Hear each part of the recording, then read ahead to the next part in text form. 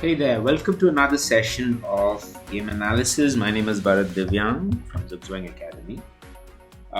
In this game, we're going to be looking at it's an amateur game. It's about 1300 to 1400. One of my students who play this game. See, one of the things that I hear a lot from students is I didn't make any blunder, but I still lost it. Right? And another one is I played the opening well, and after that, I didn't know what to do. In a way, I think this game answers both of those questions. It shows that sometimes you don't need to make any explicit mistakes, but you might still end up losing the game.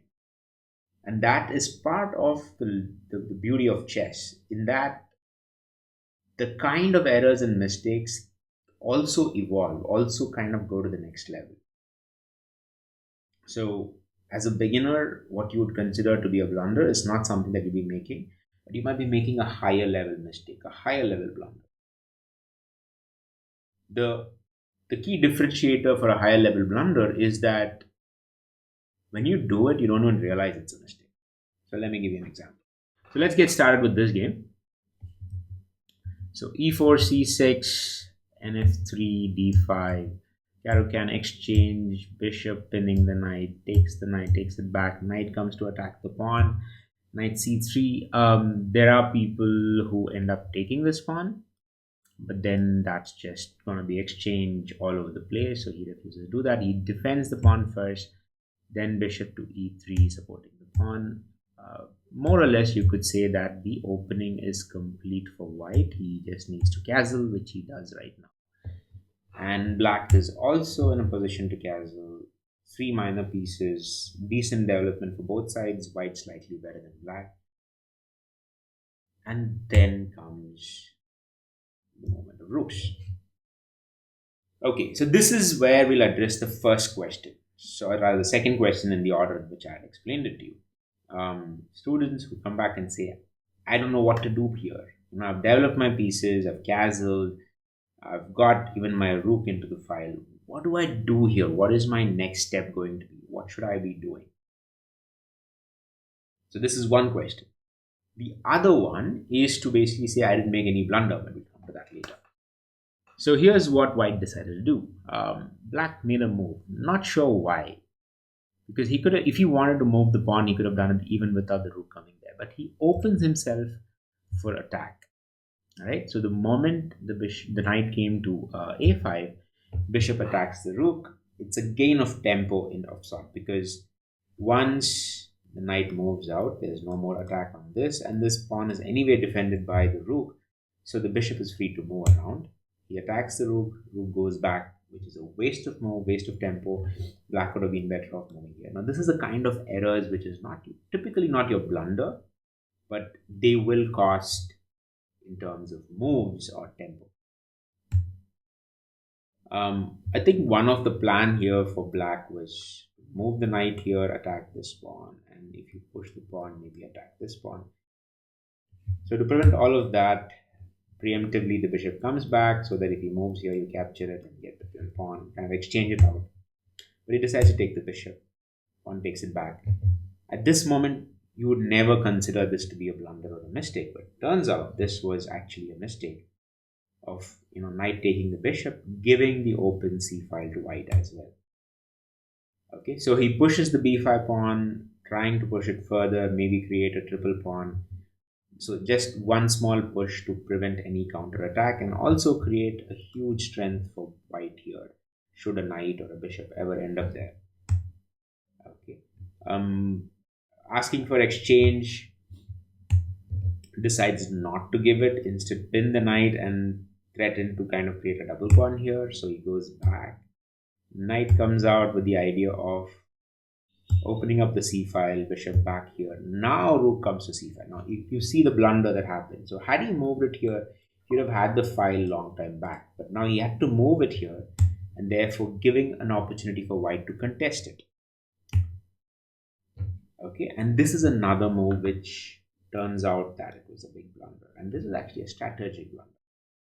So what do I mean by that? Now, blunders can be of different levels. For beginners, the blunders are essentially end price, which means hanging a piece, giving a piece for free, not seeing that your piece is hanging, and therefore just letting it die. Whereas at a higher level, could be something like this, a strategic blunder.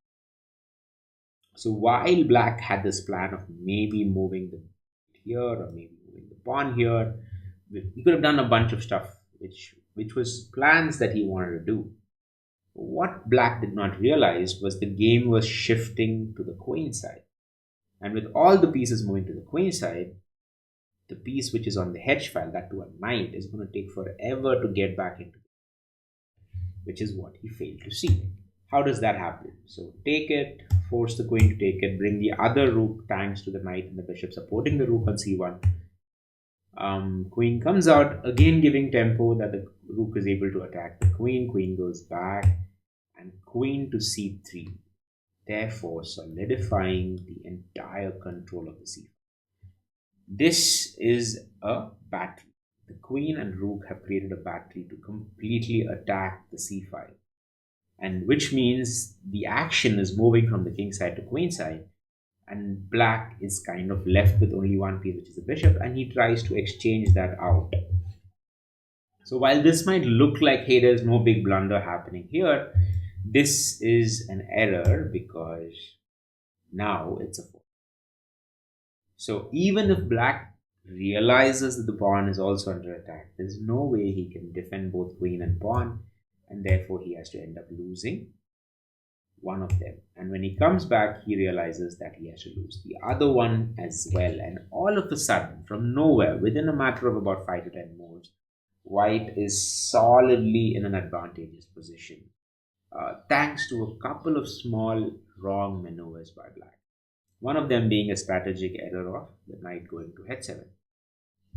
And from here on, once you know that you have a passed pawn, you immediately get into the free. And first, you try to exchange pieces. Black refuses the exchange, you ask for another exchange, finally queen goes out, then you start pushing it off. At this point of time, black is left with very few options. He tries to maybe threaten a check, maybe take the pawn after that. The knight preemptively stops it. He again comes here with the threat of a check, but that's completely okay. He could have just pushed the pawn and kept going, which could have been much more stronger. But I think somewhere moving the knight and therefore ensuring that the pawn's march cannot be stopped. And now there's one particular threat, which is that of perpetual checks. So to prevent that, white moves his queen there. And if you analyze it with an engine, or if you look at it very, very critically, you could probably find a couple of faults. Maybe the queen here was not the best move. Maybe you want to push the pawn. Maybe you want to bring the knight somewhere else. But here's the deal, guys. When you have such a huge advantage, you can afford to splurge through your errors. But when you have very little left, even a small error can change it. So the place where white was in the middle game, when things, the move when knight moved back to h7, it was equally poised. An error like this cost black a lot. But right now, white is so much in the driving seat, it's way ahead compared to black, that he can afford to lose pawns and still get away with it. In fact, afford to lose a knight and still get away with it. Because there's absolutely nothing you can do except watch that the game is going to get over. So what are the lessons that we can think about here? One, even if you do not have a clear-cut idea of what to do in the middle game, always look to start with simple attacks. And sometimes simple attacks will give you a fight for positional motifs like an open file or an open line or an open diagonal or an outpost. So this is where you have to understand positional chess, and that will help you ensure that going after that with a series of attacks can eventually get you the point where the attacks can become more material, like a fork or a pin or a discover attack. But you've got to work on that. The second part of it is that you might not make any explicit blunder, no end price or hanging piece blunders, but still you might end up losing the game because you're not reading the game at a different level. So it's so important here to ensure that you understand errors and blunders at multiple levels. And of course, you don't want to make the enterprise and hanging piece blunders, but you also want to ensure that you can take your game to the next level by realizing the kind of mistakes which is not very common among beginners, but probably among intermediate and advanced players. I hope you found this game and this video insightful. If so, please do like, share, and subscribe, and I'll see you in the next video. Thank you so much.